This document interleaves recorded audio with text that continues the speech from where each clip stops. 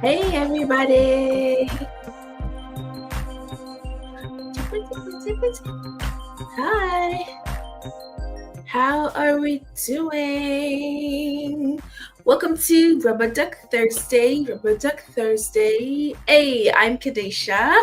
Thank you so much for being here with me today. Have a really good stream lined up for you. As usual, I have to turn off the music because it distracts me. It's just such a good vibe. Let me know if you like the music too. It's called Feeding the Ducks Behind the Scenes. I just really love it because it's like Rubber Duck Thursday. Anyway, so if you've never joined us before, welcome to the stream.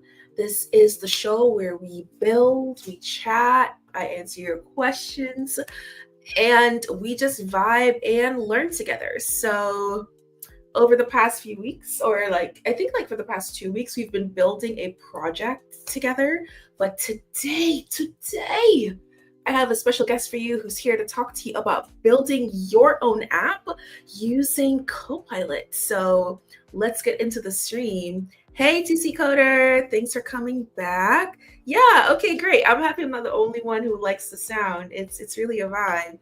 So let's get into the show, okay? Because it's going to be good. So as usual, the first thing that we do is take a look at the change log to see what we've shipped so far. So I'm just going to move my StreamYard to that side.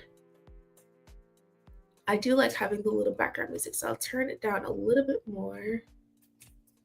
Make sure I can see the comments, and let's share my screen. Let's go. So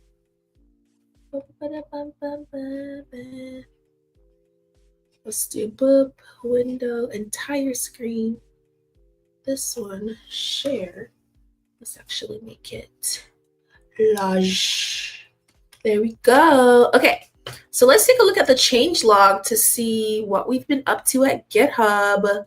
Hey, thanks for everyone who's joining for the first time. Welcome to the show. Welcome to the show.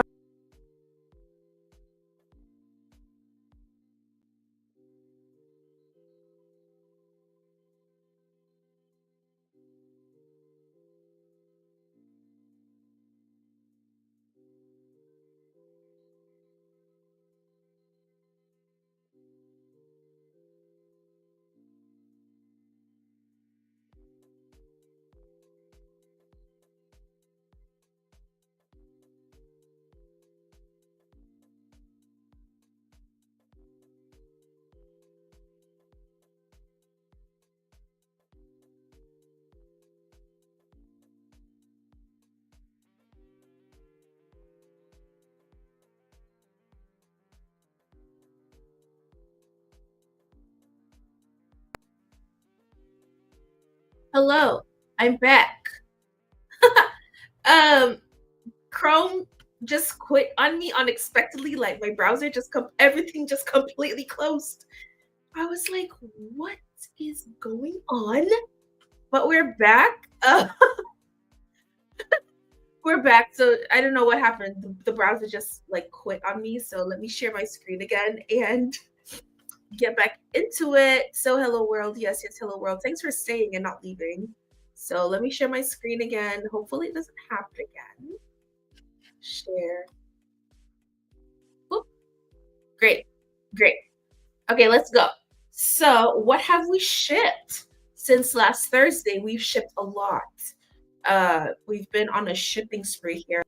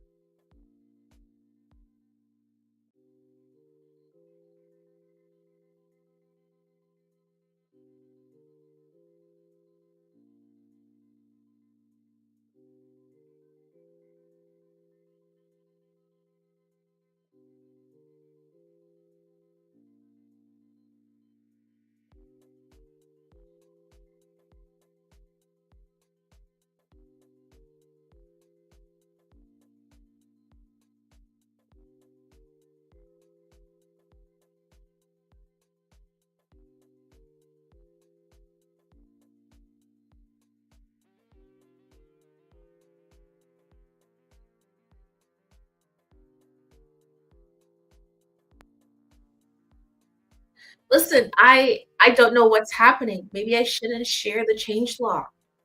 Uh, Literally every time I share the change log, it happens.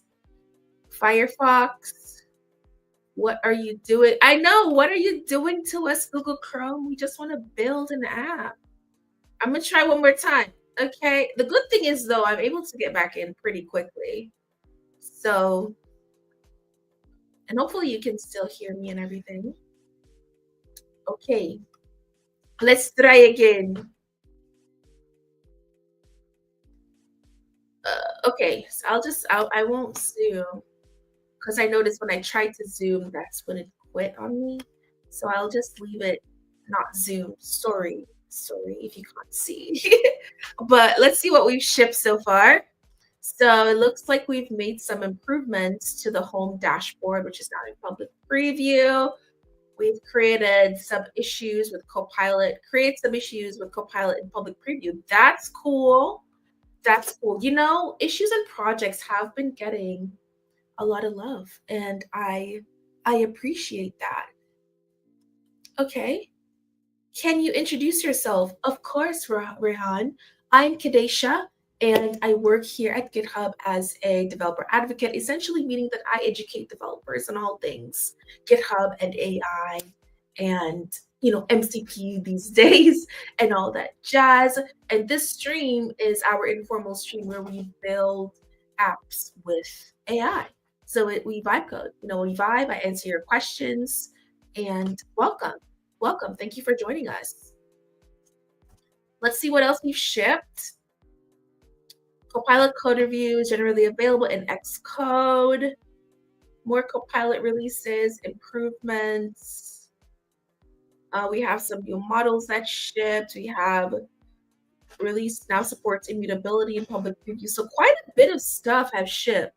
Like just in the past like 3 days, we've made so many improvements to the platform. So definitely check that out. So I'm gonna stop sharing my screen and I'm gonna bring on my pal Ari here to join me. Hey. Hey, how are you?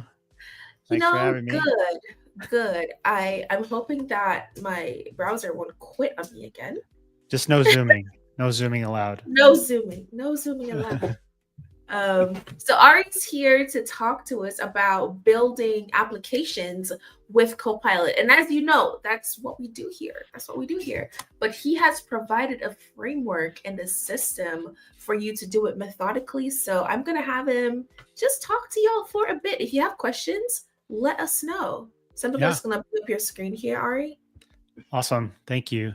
Yeah, my name's Ari Levigny. I'm on the ACE team here at GitHub. I'm a learning evangelist. And while we build applications, we also want to bring that to our community, make sure everyone can understand how to use Copilot, our platform. And this was a long time in the making. Back in last Universe in 2024, I worked with a peer on creating an application, a fit tracker application that we actually did a workshop on. And it was when Copilot didn't have all the awesome features that it has now that we can take advantage of. So we didn't have edit and agent mode. We didn't have coding agent. We didn't have MCP servers. All of that was non-existent back then, and just shows you how far we've come. So we work through creating this multi-tier app and work through a workshop with folks there on how they could do the different presentation layer in React. And thank you for putting that link up, our short link there. And also doing a logical layer using Python Django, and then a MongoDB database data layer backend for us to take advantage of. And as time went on after Universe, I kind of took that and iterated on it so that we could have it in our skills exercise, our skills platform, which is an issue-based platform where you can follow along. And that's what you see here. This is all open source and publicly available from the link that was just shared with you. So you can go give it a try yourself. But the idea is that you can walk through building an application step by step, self-service on your own time. You can do it probably within 60 minutes when you have free time available and come back to it. But there's a nice little backstory. We made it kind of fun that, this is a gym teacher that's building a physical tracker app for his students. And he's working with IT, and and Copilot's helping him do that along the way. So making it a little bit fun. Obviously, you can see when we first started this, we had GPT 4.0, which is now 4.1 is the default. But what you can do here is you can come to this copy exercise on our main page. You can open it up, and you can create under your own username, your own handle, or your maybe a organization. Obviously, I already have this created, so that's why it's telling me like you can't create this here. But you can name this whatever you like. So if I wanted to add, I could create a new repo and then do that. I recommend for our open source folks that don't want to use up all their action minutes to make sure that it's a public repository to make it easier for yourself and that you don't run into limitations. Because the beauty of our issue-based exercises is that it's kind of cool that there's actions that guide you along. So I'm going to jump ahead to actually creating our application so we can get started there. The cool thing is, and it has a nice little hello, and it's a step-by-step process. And we use code spaces. So I'm sure a lot of folks out there have used code spaces, which is a nice consistent way to do development, along with all our cool GitHub Copilot features like custom instructions and prompt files, which makes it very consistent from developer to developer to get into an environment and utilize that. As you can see here, it just has some like dialogue and showing you some screenshots and prompts. So once I was able to create my code space, if you were right click on here, I'm already going to have one created, so I don't have to, but you would say create code space, and you could do that. And then you'd get eventually, when the code space was up and running, it had everything installed. We wanted to create an environment that was very developer friendly in the fact of like, you don't have to set up a lot of the infrastructure. So we created this nice little dev container, which is pretty awesome, that it's using a standard image, Docker and Docker. We have NPM and Python installed. And we also do some post creation once the code space comes up, that users can take advantage of all of the features in here once the code space is brought up for the first time. And then there's also some post start stuff. So if you were to refresh this code space or come back to it later on and restart it, it will get set up with, and I'll give an example. We install MongoDB, but we want to make sure that database service is started every time that the code space is started. So we added these nice little scripts for us. We also have a nice little welcome message too about, creating this multi-tier fitness tracker application. And you'll get that when you first come up. And you can see you have your terminal window. We have our lovely Copilot chat pane over here. We have some of our extensions. And if we look at the dev container, we can see that we have a bunch of cool extensions that we use. Obviously, Copilot's there, but maybe some markdown linting you want to do as part of before you're checking in your code, and you're having your peers review it, or Copilot review it for that matter. And then also some debugging as well.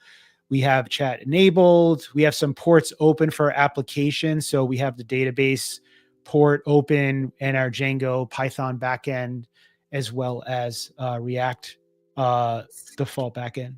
So I have a question. Sure. So in addition to the one-stop shop setup to build our apps with Copilot, do we also get like prompts that teaches us how to interact with the tool so we can build? Yeah. So as you walk through this exercise and we come down, you'll see that this is outlined with a nice little thing that says prompt here. So you know what to prompt within the IDE. So we could take this, and this is a basic, obviously, command that we could prompt to create a branch for us and push that up. We could do that here in the chat window here, or you could even do Control-I here in the terminal and do the same thing. And we should get a response for us to run this command. Gotcha. That's cool. And so So just like, like that, oh, go ahead. no, I was just gonna say, so like a done for you walkthrough, you just like go through the prompts, and if you have issues or if there are errors that come up, ask Copilot to fix it. And at the end, hopefully you have a fitness tracker app. How cool would that be? Yeah, it definitely it creates a UI. It creates a REST API for us for the Django backend, which our React front end uses then to talk to get data out of the database. We also populated. I did something a little cute here in the data that gets populated. I asked it to create as part of the prompt to create superheroes and Marvel and DC teams to have them compete against each other. Um, Nice. but but we also the beauty of agent mode, right, is that if it does run into an error when we run some of these commands, it will iterate and self heal and come up with some solutions for us to then fix itself. And I've had that done here in this as I've iterated over this. I've seen those self healing and those things come up as part of running through the building the app. Yeah. Maybe one day on the stream, we'll actually go through this repository and follow the instructions to see if we could build that fitness tracker app. What do y'all think? Let me know in the comments if that's something that you would like to see. This is a really, really great idea. I love how organized it is. We have a question. Is this for beginners in programming?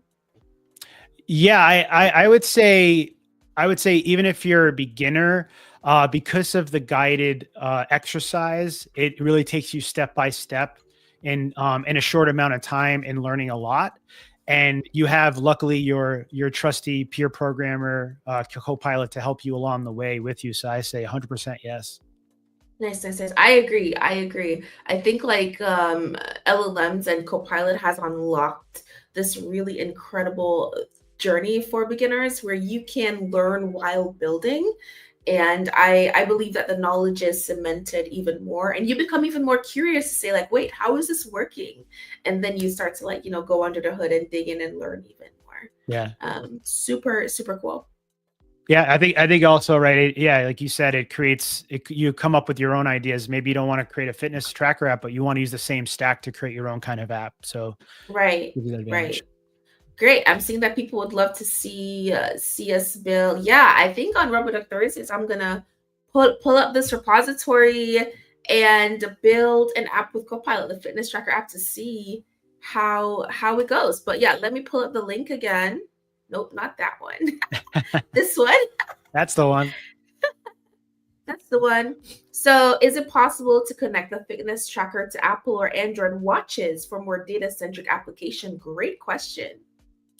Yeah, I mean, I'm sure we could take what we've done here and then talk to Copilot about making this work for, in the Android or the Apple iOS environment in the wearables. I'm an Android person, guilty of Say. not like I love my Samsung watch and my Samsung phone and my Same. Android. so for me, I'd probably lean towards the Android side, but yes, I think you could with Copilot. I think sky's the limit of what you can do in a short amount of time with Yeah. little knowledge. And honestly, where there's an API, there's a way. You know what I mean? Like Yeah, that's right. where Yeah. there's an API, there's a way. Yep. Awesome. So, anything else you want to share with us? Yeah, I mean, if you are looking for some beginner exercises, I don't know if we want to share anything about Learn, but on our skills, but there's other exercises out there that we also, maybe we'll do that in another session. But there's, if you want to learn more too, and digging in here, once you walk through the steps, I will say, in some of the, if you dig under the hood and you wanted to see like how we are actually running this exercise, you could go to our actions or workflows here that are all these GitHub actions that we love to use. And that's what actually is stepping you through the exercise.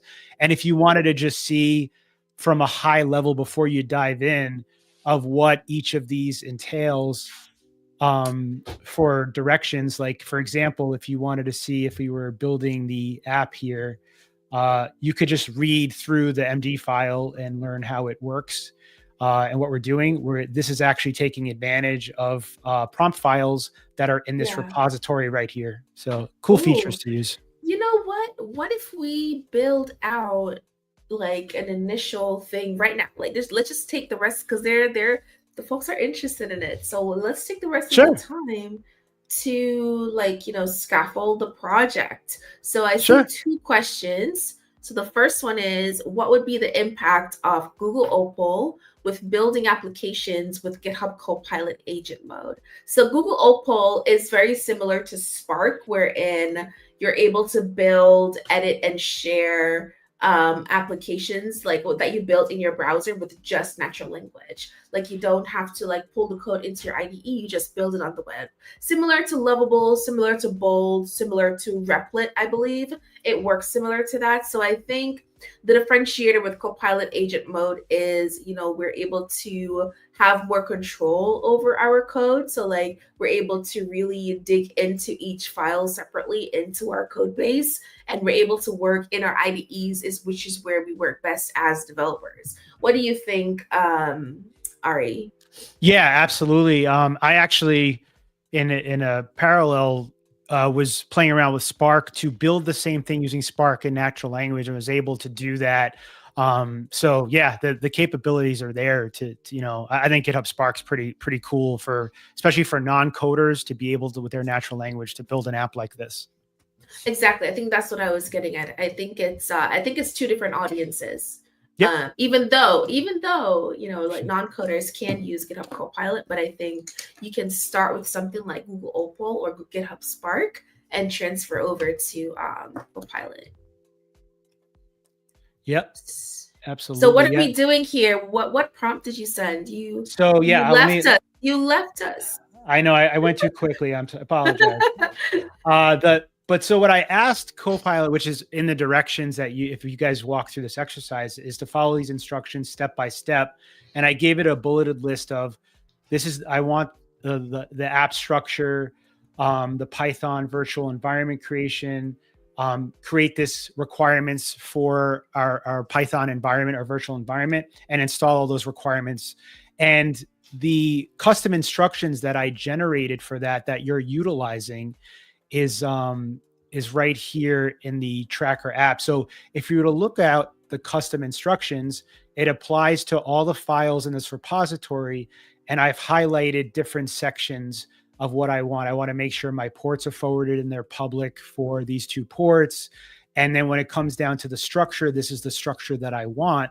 And by prompting Copilot, it's looking at my instructions and knowing exactly, okay, this is the structure that you want for this application. So if you were a developer and you were creating this without using this exercise and you wanted to create your own instructions, you may have a certain layout that you want for every application, and you can pass that off to another peer, another user, just by creating those instructions, and also prompt files as well. And so right here, this is something I always say on our stream, y'all. Like you have to know what you want to build in order to build it with Copilot or with any LLM or with any AI assisted tooling, right? A lot of us expect to one-shot things and get the magical output that we want, but the best way to build with AI is to do these type of instructions. Make sure you have an instructions for how you want your architecture to look like, what you want your front end to look like, your back end to look like. And that's exactly what you see here in this repository. So this is actually a really, really good example repo to keep in your back pocket when you're building with agents.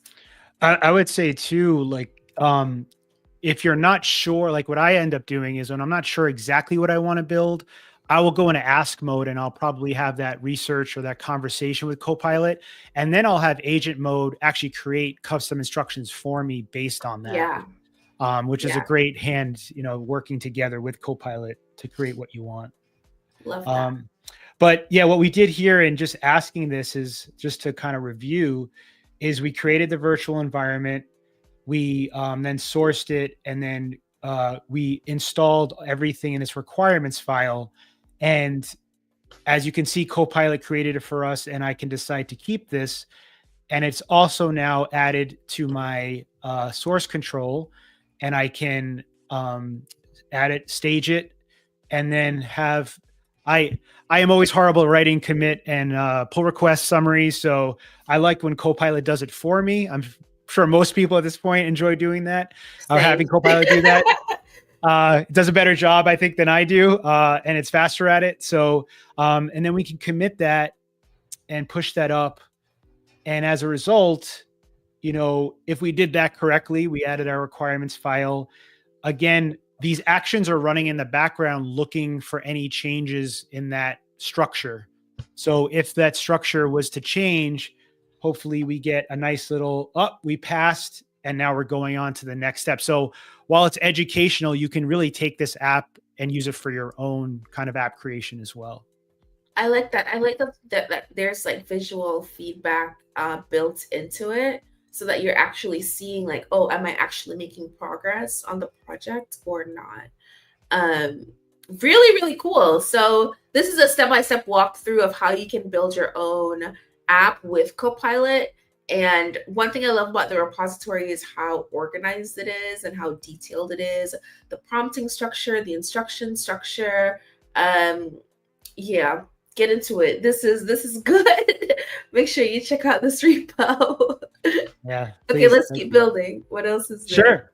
Yeah. So let me just get rid of this. So now as we come to the next step when we're being guided, there's another prompt, but instead of a prompt, well, it's a prompt, but we're going to be actually taking advantage of one of our, I'm going to just close these files so we can have a nice clean editor. But I wanted to show again, just review the prompts that we have, which is if it's labeled .promptmd, you can dictate what mode you want to be in, which in this case, I want to use agent mode. I want to use this model. You can use other models, a nice little description. And instead of you copy and pasting this prompt, we can just have this nice little shortcut. So even as I start to type, since it's already in my repository, this prompt's available for me to leverage. And it should now, just by / command, it will now continue on creating this Django app for us in the back end. As you can, go ahead. If you open up that create Django project prompt.md file again, I noticed that there is a play button up top. Does this mean that this is an executable file? This file? If you look at the upper right hand. Oh yeah, right here, yeah. Yeah. So you can actually just click on that to run it straight. Yeah, to just run it straight in the chat. That's a great prompt. Yeah, if you don't want to run the / command, you can just do run in new chat or run in current chat, and it will enable it. That's a great point. Yeah. So what this is doing, if we read this, it's creating that Django structure, that backend, using our virtual environment that we already created. We already have all of our packages installed that we need to use. And then we need to follow some of the basic steps as part of Django to migrate and set things up for us. And now it will come back and say like, okay, we've created the structure for your app. You're kind of ready to go. It's asking you what else you want to do, your next steps. Luckily, we have another, and we can actually, let's try running it like as you proposed in this current chat. So instead of using the / command, we can do that. And this should initialize, what this does actually, because I asked it to as part of this prompt file, is make sure our MongoDB service is running. So it won't proceed without knowing that. And it obviously runs that in the terminal, identifies that the process is running, and then starts to build out what we asked it to in the settings. And the settings is going to connect to this Octofit DB that we're going to have on the back end and in the data layer. And it's going to start to generate files. It'll iterate. I'm going to keep this file and then follow through with the migrate. Now here it ran into an issue. Let's see if it can fix itself. This is part of that self-healing process. Awesome. I wanted to take a pause and answer some questions. Sure. About that. Awesome. Okay. Yeah, let's do it. So first question, is it best to do this exercise in code spaces or our own VS Code? You can do either. I would say though, create the code space if you want to do it locally, and what you can do is you can go to that code space that's created, and you can open it up in Visual Studio, or if you're using Visual Studio Code Insiders, you could actually run it there. Yeah. Nice. Yeah. You can run a code spaces locally on your Yeah. machine. Yeah. Or This is a you Docker could, tape. yeah, you could like clone the repo and just, run it on your machine as well regularly. Yeah.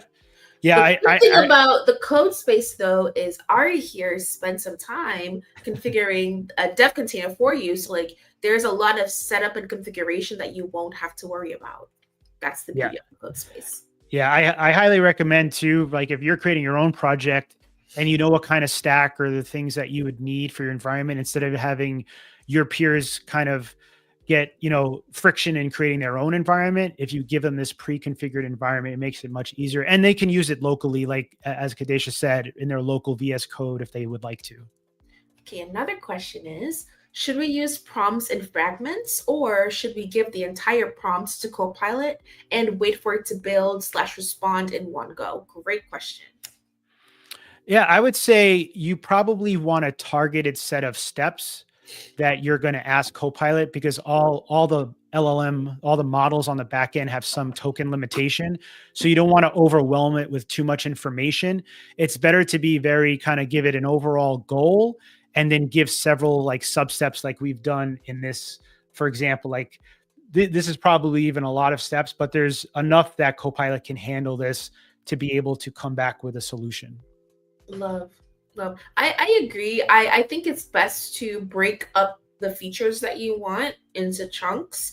And then that way you also know what is being worked on, because sometimes LLMs will go into a lot of different files that you told it not to, you didn't want it to go into. And so being able to know exactly what's being worked on, you're able to keep track of the work better, in my estimation.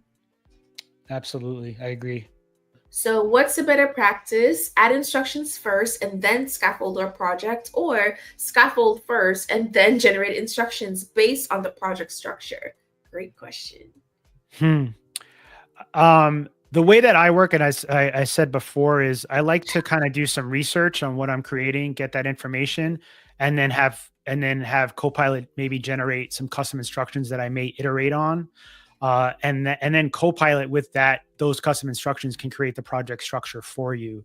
That works well for me. Obviously, maybe you rather the other way, but that's how I work when I'm creating projects.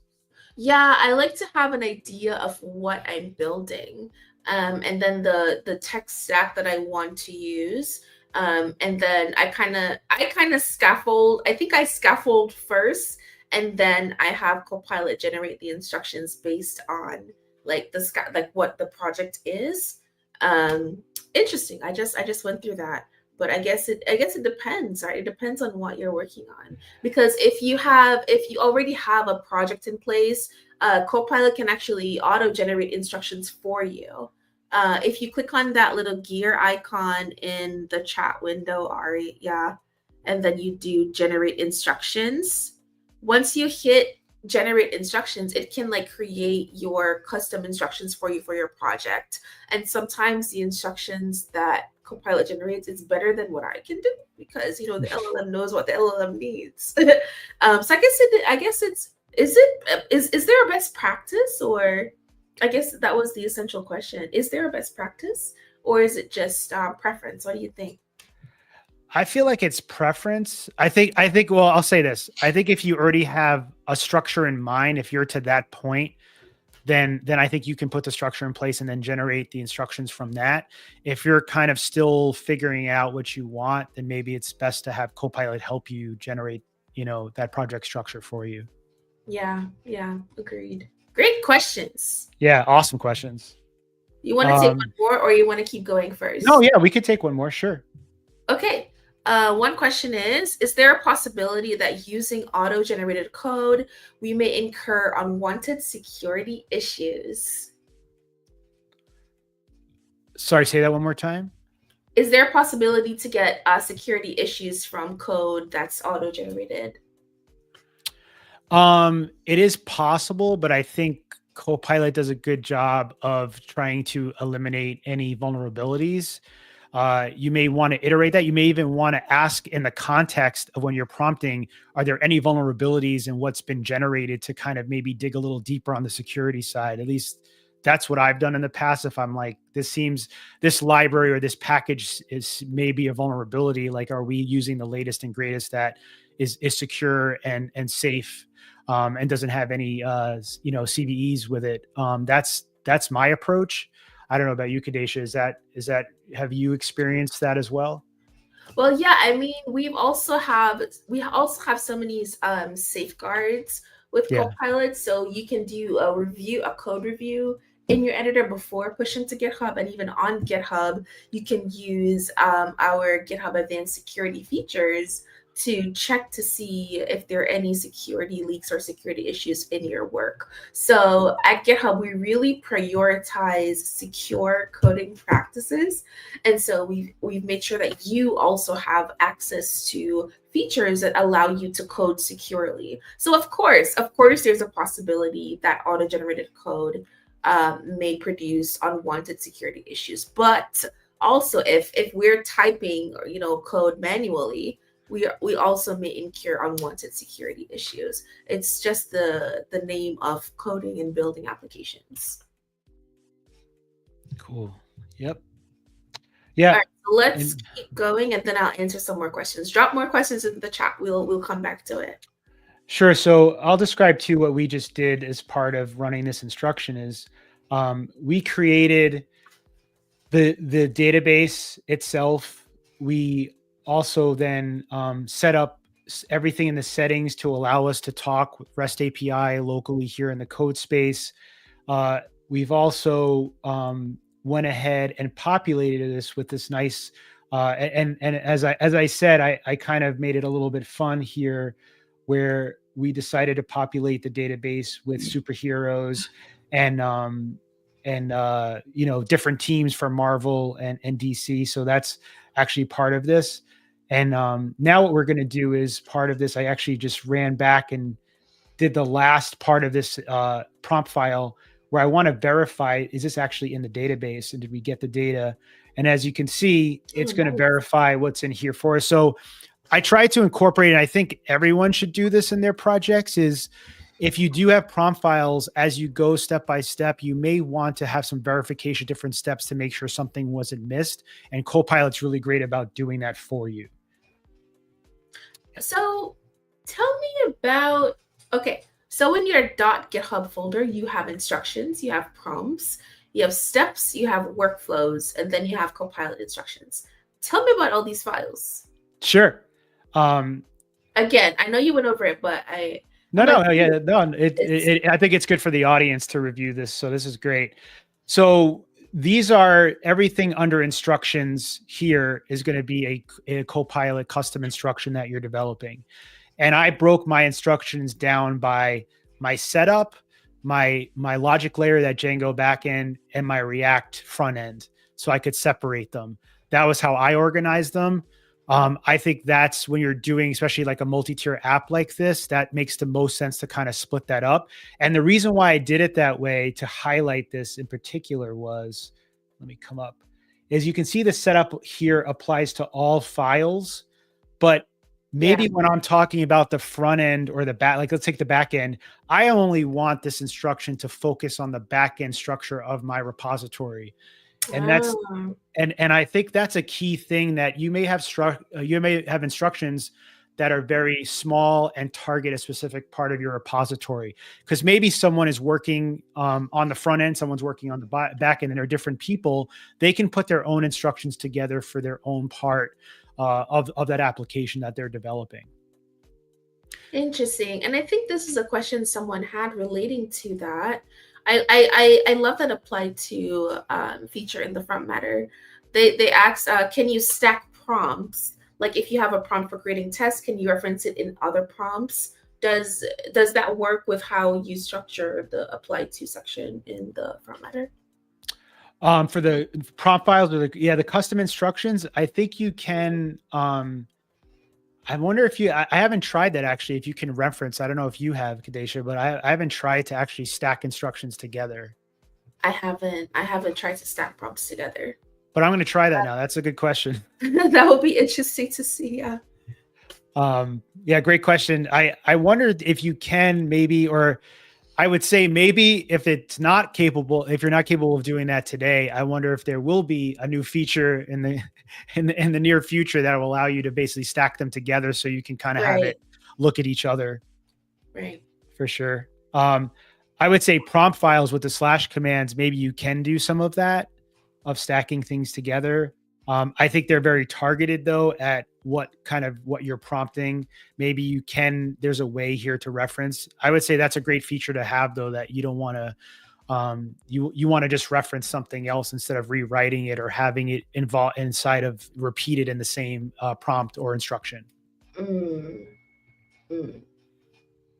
Because I guess there is a world where you could say, once you've completed this task, move on to, and then you kind of just like link to the other prompt file. Yeah. That would be a like a low fidelity way of stacking it. Low fidelity, like I'm a designer. But I guess that would be like a testing way of stacking. But yeah. Interesting question. Yeah, maybe too, you'd want instructions to how you run your tests as well, right? Like you've developed some maybe unit tests, some functional tests, and some end-to-end tests. Maybe you want to stack that together. Yeah. Okay, I cut you off before you finished the files. Yeah. So we talked about instructions. We talked about prompts. Yeah, the prompt files. The steps here. Yeah. So this is particular to how we structure our skills exercises. And we basically have these MD files. So I'll give an example. I think we brought this up before, but I'll show this again in preview. This step 3 is actually let's see, we're step 3 here. So this is basically our action is then taking this and inserting this in the issue as a comment, so then it can be used. So those steps and workflows go hand in hand. And actually, this is part of what we're going to actually be open sourcing come time of universe. We already have some of it open sourced. We have exercise templates. Alec on our team has done a great job of working on that, and a toolkit that works for the actions that's already predefined actions or functions of actions that you can use to leverage to then put this in your exercises. I mean, I love it. Let me tell you, I'm about to take this repository and run with it. You know what I'm saying? Love it. Yeah, it's really well done. Yeah, and I mean, it's the cool thing that we've created. Chris Blake on our team has an exercise when we're going to be open sourcing our exercise manager. Other people then can take this and create their own exercises. It doesn't have to be what we've done. They can take this kind of framework and develop their own issue-based exercises that mean something to them. Maybe they have their own within their own company or their own community of trainings that they want to create, and they can use this as a source to do that. Right. Awesome. Let's see. Yeah. Okay, let's see. Okay, so questions? What if we... Yeah, there are, but I want to know, what have we done so far? And then sure. Questions. Yeah. So I'm going to bring up the exercise. So what we've done already is we created this Django backend. We've initialized the database and populated it for ourselves. And now actually the next step, which I love to show because people are asking, well, what do I put in my prompt file? This is actually asking Copilot to create a prompt file for us that we can then use as part of the exercise. So we can come down here to our prompt. I'm going to copy and paste that prompt that's right there. And you can just, all you have to do is just copy this so you don't have to actually scroll over everything. It makes it much easier that way. And then we can ask, let's make sure, let's add. So we're going to ask Copilot to create this custom instruction with this name in the directory of our github.github/prompts directory. And everything in here is going to now become a prompt file that we can then leverage right after we create it. Nice. And boom, just like that was pretty fast, actually. Yeah, that was pretty fast. I was blown away by that. That's the fastest I've ever seen Copilot come back. So, So now, as part of our slash commands, we now have this update that's available that we just created for ourselves. So I can just tab, or I can run it. If I open it up, just like we did before, we could run it in the current chat or create a new one. Right. So these prompt files is like custom slash commands. Exactly. And that may be something that folks do, right? They already may have, like we have prompt files already created for us, but as they go through, they may say, well, I need to create a new one. Let me have Copilot do that for me as part of my project. Love that. So we have some models, we have views, serializers. I mean, honestly though, you've been working and we've been talking and we've been answering questions, and still it looks like our backend, our database is coming together pretty quickly. It is, yeah. Yeah, just to review what it's doing here, right? It's updating our cores so we can talk to the web interface for our Django backend. It's generate, like you said, our models, our serializers, our URLs, our views. Settings obviously was already there as part of the creation. The admin too, which we can leverage later on if we want. And then just assure the API endpoint here for URLs is something that I added here. It's as well. I've also told Copilot like where this is going to be created, where I want it, these files in the directory structure. And again, at the top, always I specify what mode I'm in and what model I want to use. This could be another model if you want. Doesn't have to be 4.1. But when we created this exercise, the way I thought about it was, what is the default model that we'll be using at that time? Or maybe that's a default model that most folks have access to, especially for the free license. They can take advantage of that there. Nice. So we can, I think this is, yeah, we'll keep this. I believe that all of this, let's make sure it's installed. It is. Awesome. Now all our files are created. And now what we want to do is just to migrate to make sure everything is the migrate kind of sanitize our Django backend project for us. It will come up to automatically run the app for us. But I'm not going to use actually what Copilot, and obviously you folks can decide not to take Copilot's what it's offering you, and you can cancel, and that's what we'd like to show here. That's also because in our environment, to help everyone along, we created this nice VS Code launch files that will launch how we want to set up our Django backend, run it, as well as the React front end. So we already have these created for you. So you could always go here to then launch your backend and debug, as well as our front end here. We want to make everyone's life a little bit easier so they don't have to waste time trying to figure that out. Copilot can help you figure it out, but why, if we could give it to you, why not? So nice. We I think are good with what we've created here, at least as a starting point. If we look at our exercise, at the end of each one of these two, also there's a nice little link here if you want to dig deeper into the docs about prompt files. We added that for you here. And then once you're kind of happy with what you have, we are going to now do the same thing we've done before and stage our stuff that we've created, that Copilot and I and more Copilots created for us and helped us along, and then have it generate our commit message, and we can then push that up.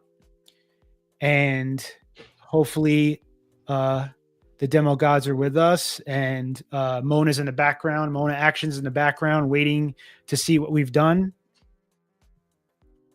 Let me pull up a question for you while we're... Sure. Yeah, let it. Yeah, well, thanks. Demo gods. There it is. Fast. But yeah, let's take a question. I love that. I love the instant gratification of that visual feedback. It makes you feel good. Okay, so is stacking prompts slightly the same as providing context? Yeah, I would say, context. The more context you can give Copilot, the less creative it's going to be and the less hallucinations you're going to get. that it's going to stay on task with what you're trying to do. So I would say, yes, it is context, especially for agent mode, where you have this nice little, built-in tools, but maybe you have some MCP servers as well, or other tools or things. And if you want to add that context directly, you can always obviously do it with what's in your files. If I had an open file right now, for example, if I took all of the instructions here and open them all up, I could say, take everything that's open in the editor now and use that as my context. So I think the more you can add context to the chat or to using Copilot, the better you're going to be in the long run and get to your work more efficiently, I'll say. Absolutely. Absolutely. Hey, a question here. I feel when you break your prompts into I feel you when you break your prompts into fragments. Copilot has a tendency to forget some information. How can you avoid that? Yeah, how do we prevent Copilot from forgetting important context? I think the easy way to do it is kind of what I just showed, is maybe so it doesn't forget, you have that file open while you're asking that question of maybe this custom instruction was there, and maybe you can read off of that. Or maybe it's just a README file. It could just be as easy as a README file that has that context there. I know when I started this project, and before custom instructions and prompt files even existed, I had kind of a nice little document that I had open for Copilot to use as a reference. But now I have custom instructions and prompt files, so I don't have to do that anymore. Agreed.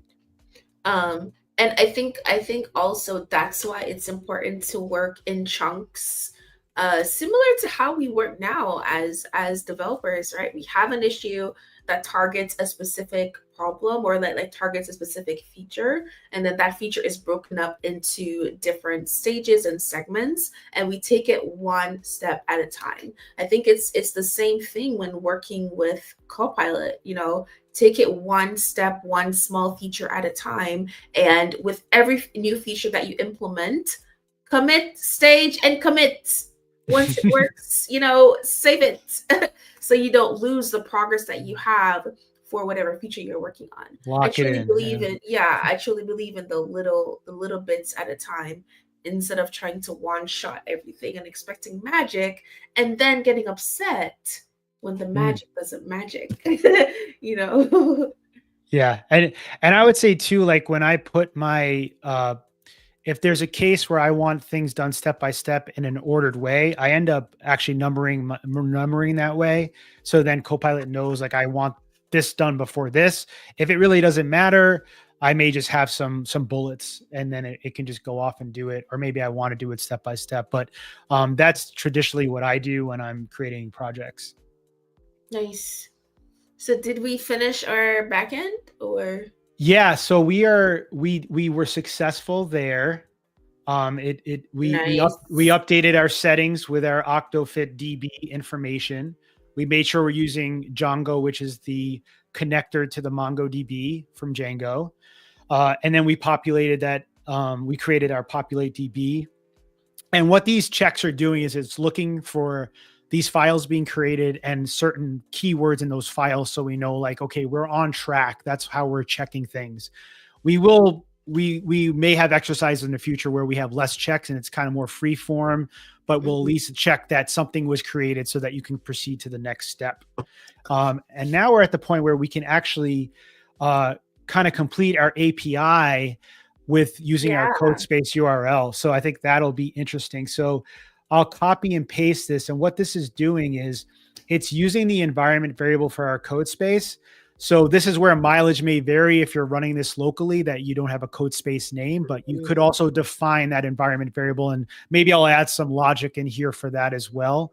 But right now what we can do is we can take this and hopefully it will set up everything we need to then create that REST API for us.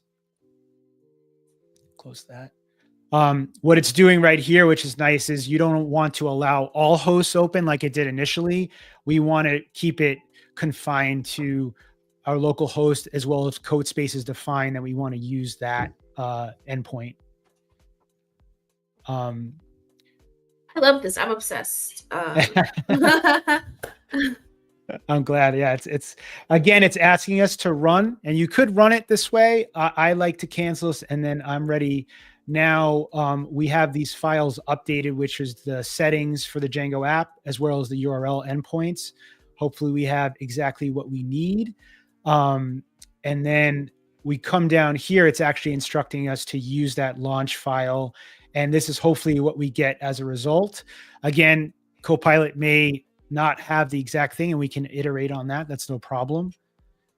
But we'll start up the app. I'm going to close. I don't need that. And what's the most impressive thing to me is this is all being done in the browser.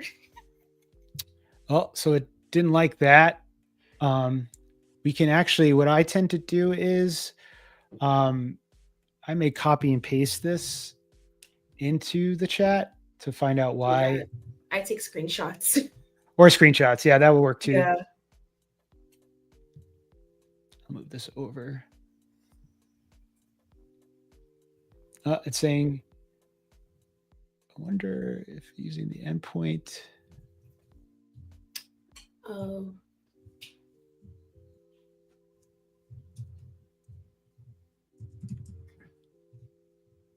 Let's see if we can.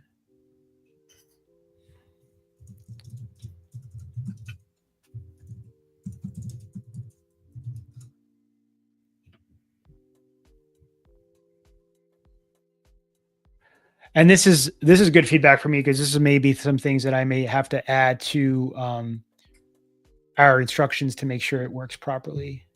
And actually, that goes into another question. So how do you debug when Copilot suggests the wrong solution? Do you change the prompt or rethink the problem? I think the question could use some reframing, right? So like whenever you're coding or building, either with your brain or with Copilot, I think the expectation is that we're going to get it right on the first or even second try, but Yeah. that's not the reality of building or coding. Sometimes it takes 15 or 16 tries to get a solution that's not only performant but that's correct. So I wouldn't say that Copilot keeps getting the suggestion wrong.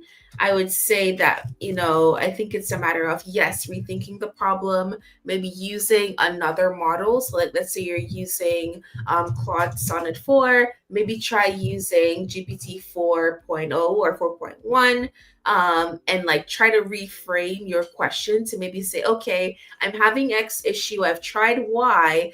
Can you help me think about what may be going wrong, and like attach the file or files that's having an issue, and like have a conversation before trying to implement a solution?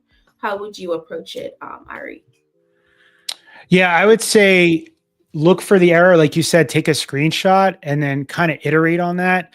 I would say, in practice, I do tend to sometimes, like you said, maybe try a different model. So maybe I'll cancel. I might even start off fresh. Yeah.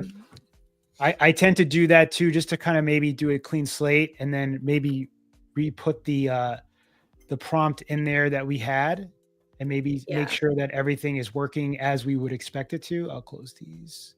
But that's typically what I do when I'm debugging. Sometimes a clean slate and setting it clear, setting back so that maybe Copilot understands it might have missed something along the way. Sometimes is almost better than iterating multiple times, unless you already know that error. In fact, here we could open this terminal up and also ask it in here as well. Yeah. So it's not loading. Yeah, it's maybe this is CodeSpace locals.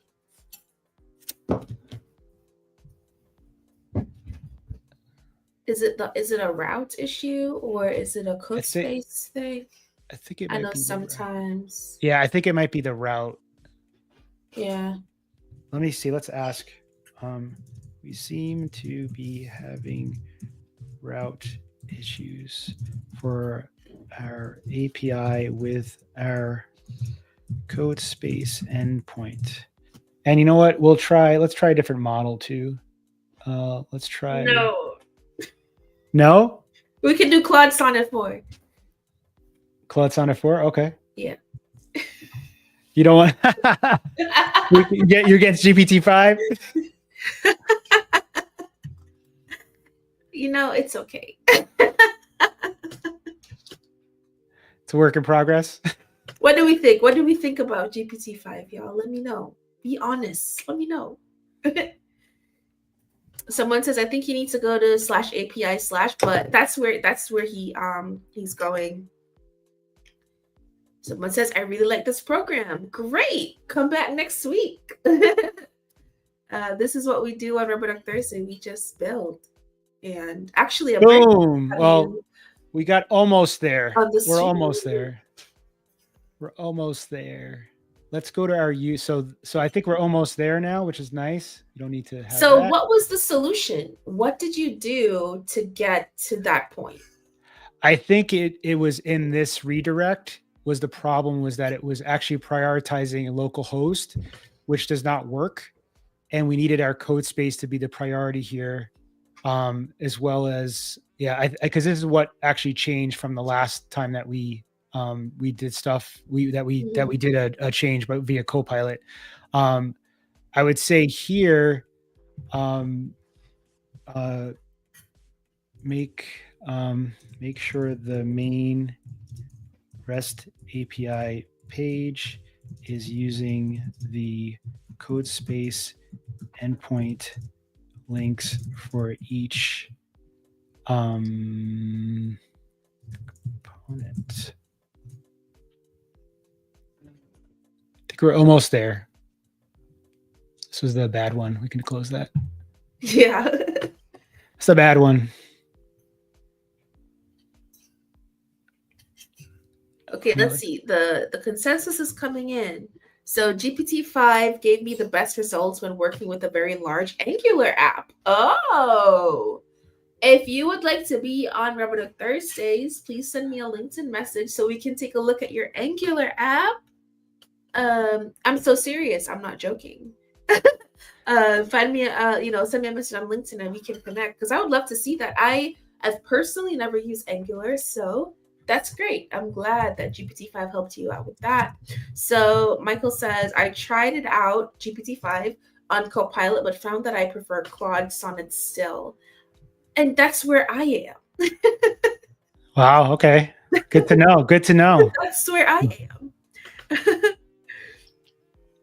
Okay, so John is actually doing the workshop. He's actually building with you. Oh, nice. Says, thank you. I think Copilot got lost during step 3 for me, but luckily it was able to be corrected. I'm curious what happened in step 3. Yeah, tell us. Yeah, tell us what happened. Gemini Code Assist extension with the large context window could help provide guidance for the user to supply their favorite AI or do it by itself. We got it. Huh? Where'd that come from? I'm sorry. I should have read that comment first before pulling it up. Oh, no worries. Is it working? Is it working? It is. It's working. So yeah, we have we have our nice little API endpoints now. We're using my code space name, and for each of the it's pulling from the database. So if we go to Teams, we should see DC and Marvel. Oh my gosh. And then we have our users, Iron Man, Captain America, Batman, Wonder Woman, all in there. And we have our sample workouts that we created, our super strength, our flight training, and our stealth moves. We can also, if we wanted to add, we could post. And yeah, we have, obviously we can build this API out more if we wanted to and iterate ourselves outside of the exercise. But we did finally get there thanks to Claude 4. Hey, I'm telling you. You're right. You're right. I'm telling you, Claude Sonnet is unbeatable. But listen, what we just did all that in about an hour, and it wasn't even the full hour. I believe Ari came on around like 1:15 or so. So it's been about 45, 50 minutes, and we did all that work. That was amazing. I think you have to come back on the show to finish the project, Ari. Twist my arm, of course.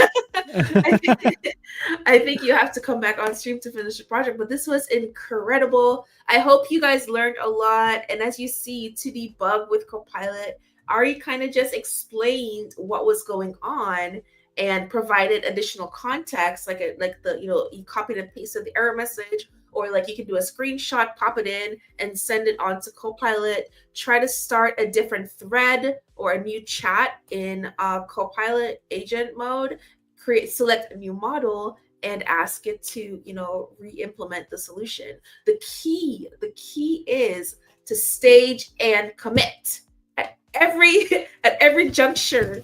Once you have something working, stage and commit. That way you don't have to worry about whether like, oh my goodness, I didn't commit the last thing that was working and now everything is broken. You can just undo the last thing and keep going on. But this was amazing. Wow, it's working amazing. I know. That's incredible.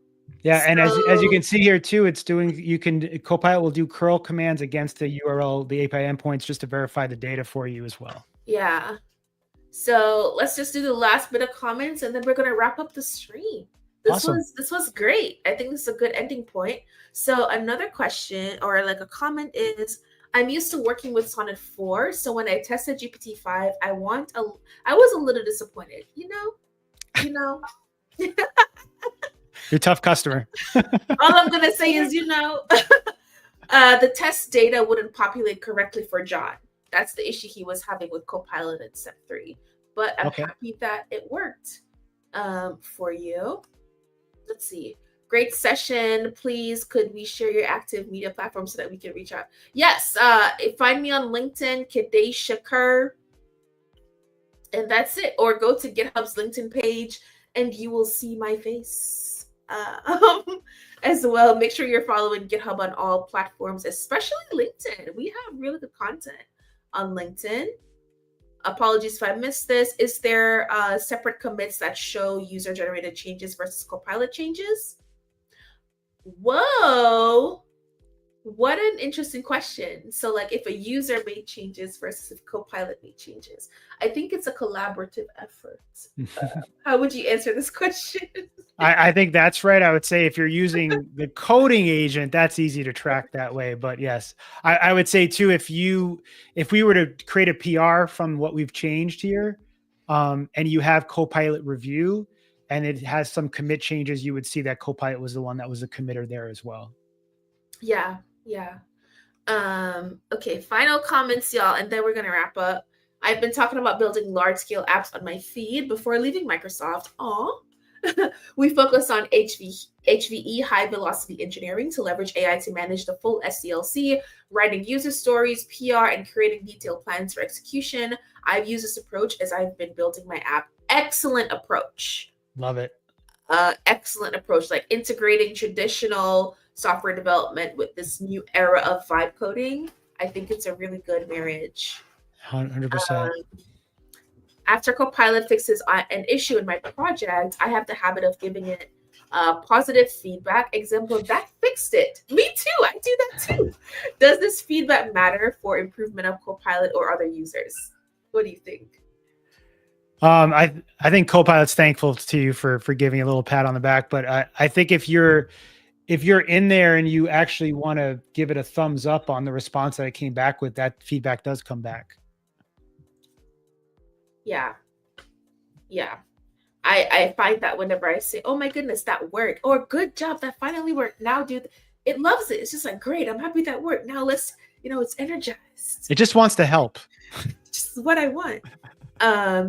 So Michael wants to show off how he uses prompt instructions to create a solid engineering foundation for Copilot.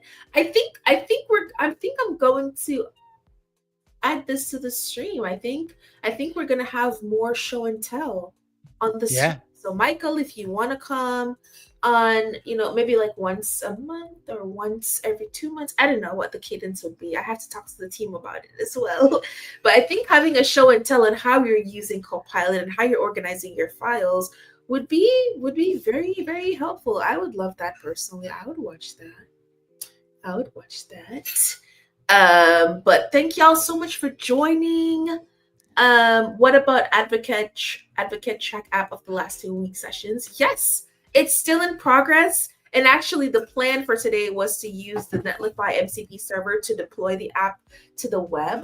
But Ari came in and gave us this amazing, amazing show of how to build applications with Copilot with step-by-step instructions. So we will still be building our Advocate Hub.